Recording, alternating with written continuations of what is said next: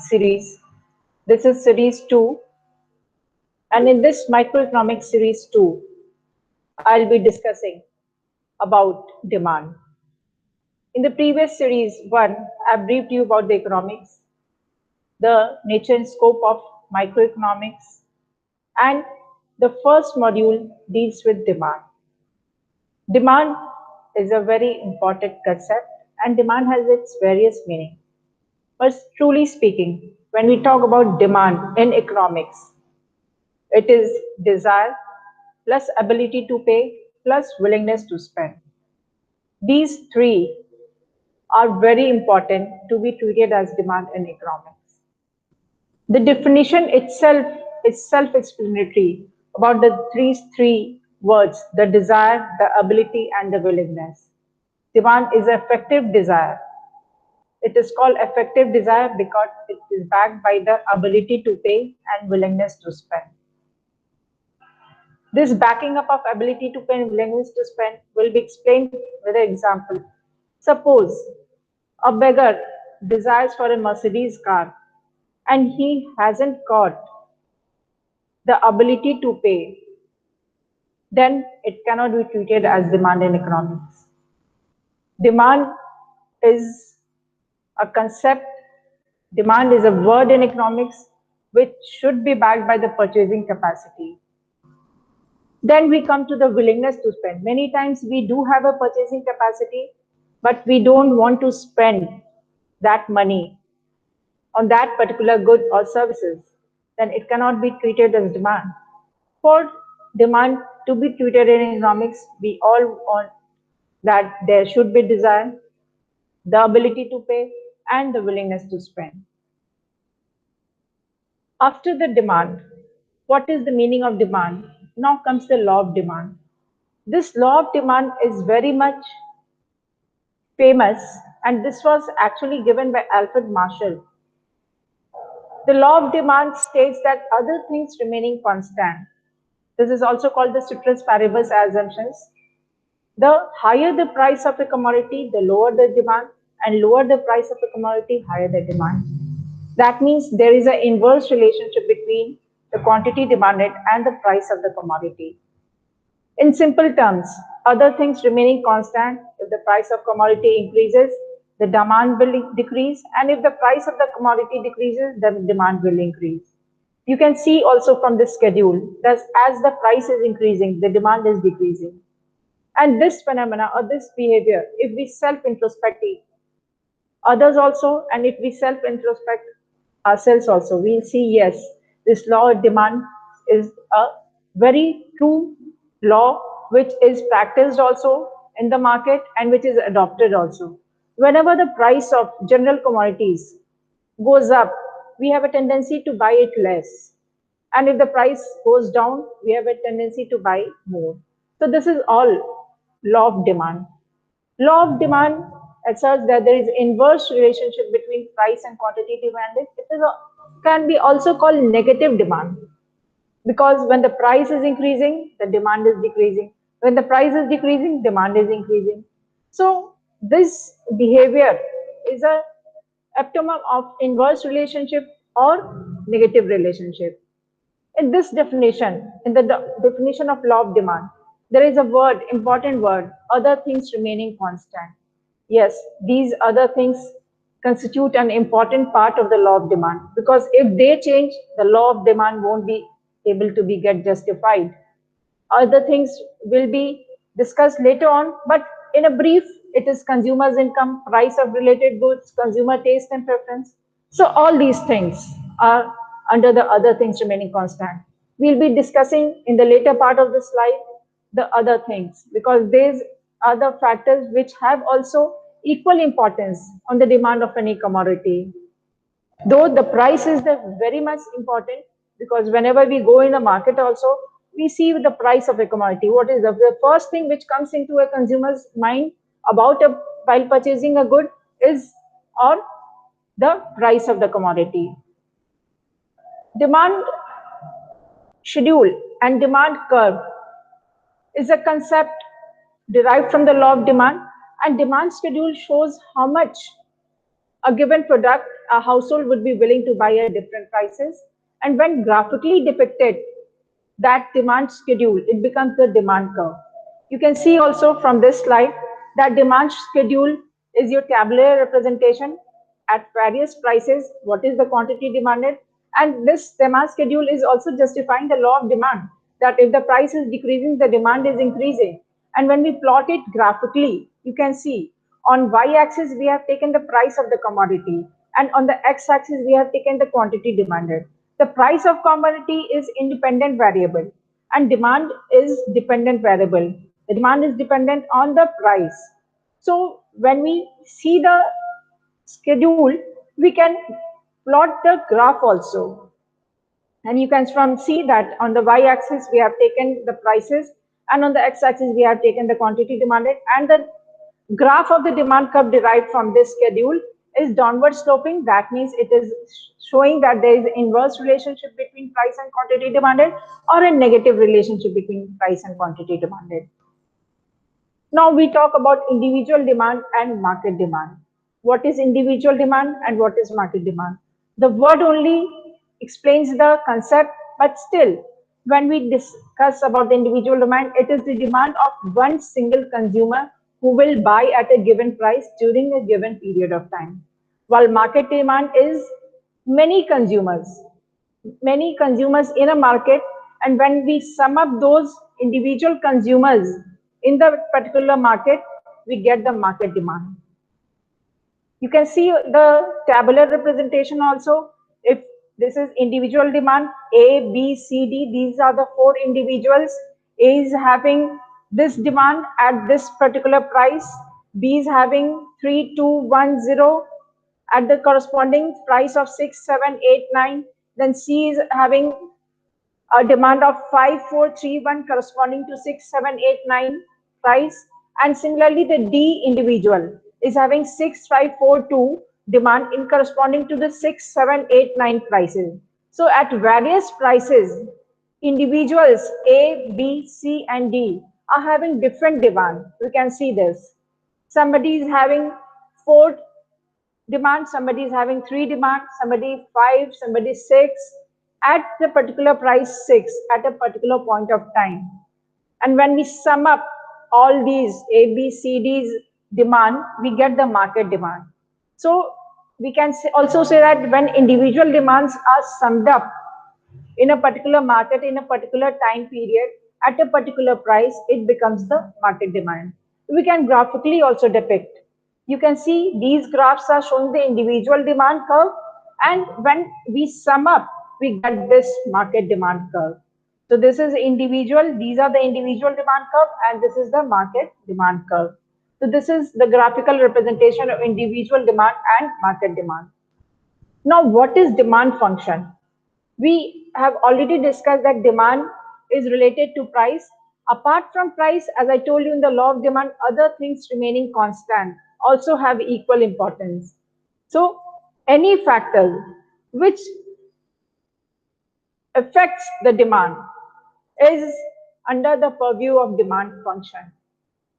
And when we see the individual demand function, the factors which affect individual demand, like if I talk about demand of myself, I myself will depend on the taste and preference, on the price of the commodity, on my income. So there are many other factors which, apart from price, which affects demand. The demand analysis, you can see the price of the product, the quantity demanded for the product, the level of income, the prices of all other products, taste of the consumer, advertisement, expected future income. So these are the other factors which we were discussing about. And when we take into this, either it is on the individual level or market level, every factor has its own importance. Apart from price, many other factors I told you affects our demand, which we'll be discussing in the coming slides. Now comes the determinants of the demand. I've reviewed in the demand function, either it is individual demand function or aggregate demand function, that is the market demand function. The determinants of demand, apart from the price of the product, which is on the first bullet point, there are many other determinants of demand.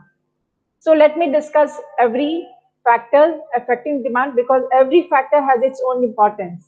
And just because these other factors, after the bullet point, first bullet point, the price of the product, these factors are kept constant because if they will vary, the law of demand, as I told you previously, also will not be justified.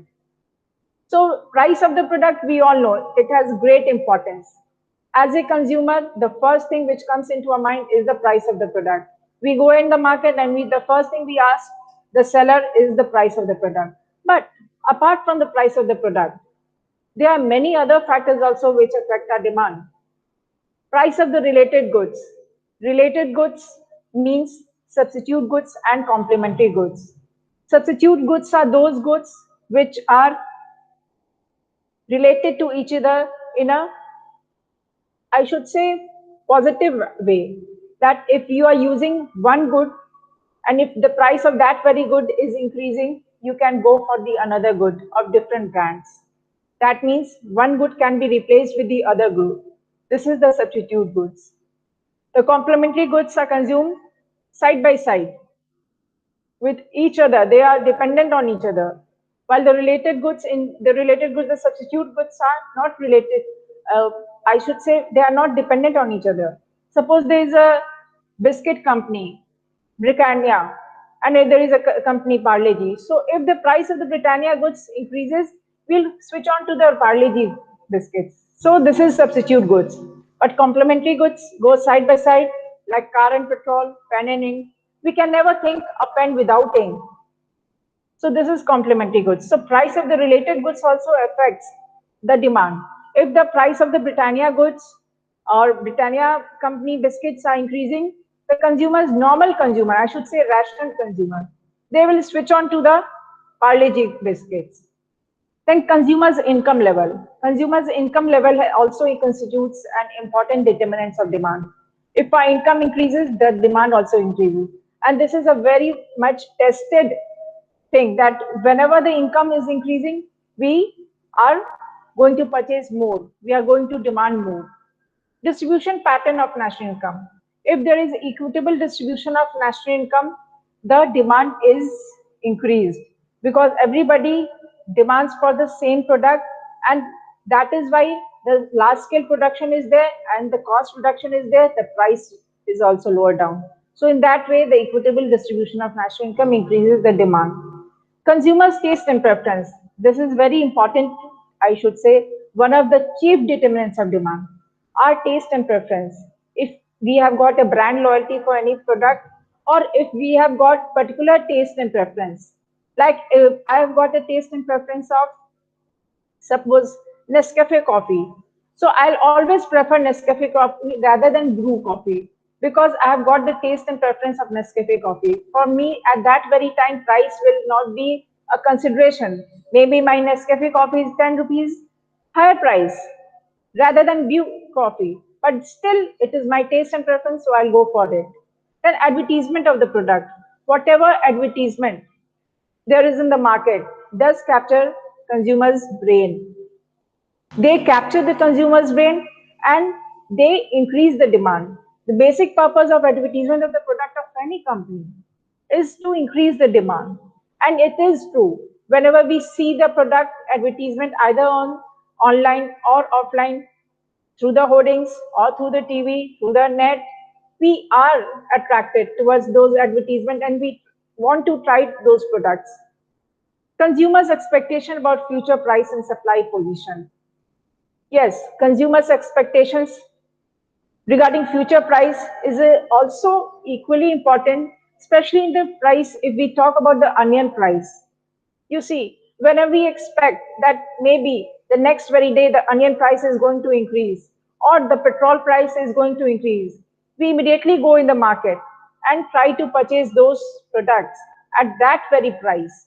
So here, price remaining the same, the demand has increased just because of my expectations. I am expecting a petrol hike tomorrow or a price rise of onion tomorrow. So I'll be going at the same price, I'll be purchasing more. Then demonstration effect and bandwagon effect.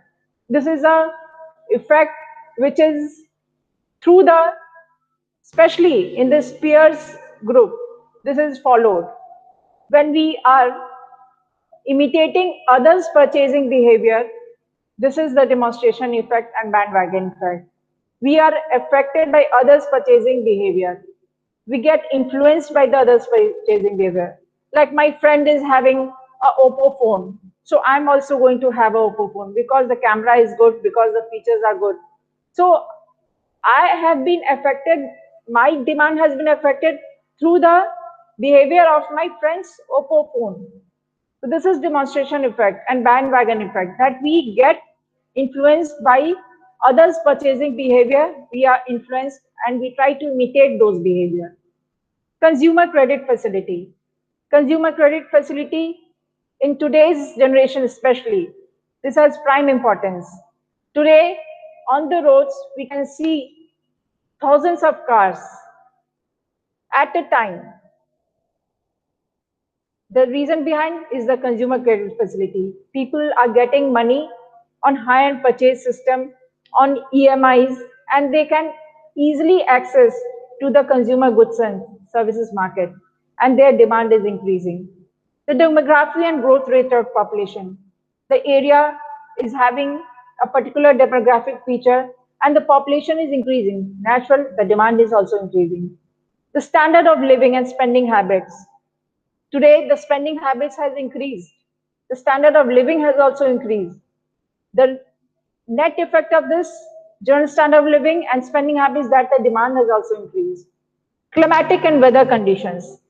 Climatic, like in winters, we are having more demand of woolen clothes, and in rainy season we are having more demand of raincoats or umbrella. So the climatic and weather conditions also determine the demand. The customs, like in India, there is a custom of wearing sari, so the demand for sari is in the Indian market. So these are the determinants of demand which are having a chief role in demand. Apart from the price of product, there are many other factors also, but this is a just a brief about the determinants of demand. Now there comes a change in demand and quantity demanded concept. We have discussed in the law of demand, and in the law of demand only this concept of changes in quantity demanded and changes in demand comes. When there is change in a product's demand due to change in price, it is called change in quantity demanded, and it is also called extension and contraction of demand. But when there is change in demand of any commodity due to other factors than price, then it is changes in demand or increase and decrease in demand. The extension and contraction of demand is on the same demand curve, while the increase and decrease in demand is, there is a change in the demand curve. Now, graphically, when I show you, you will be more able to understand the difference between extension and contraction of demand and increase and decrease in demand. Though the both words are confusing, you must be saying that extension is increase and contraction is decrease. No, there is a big difference.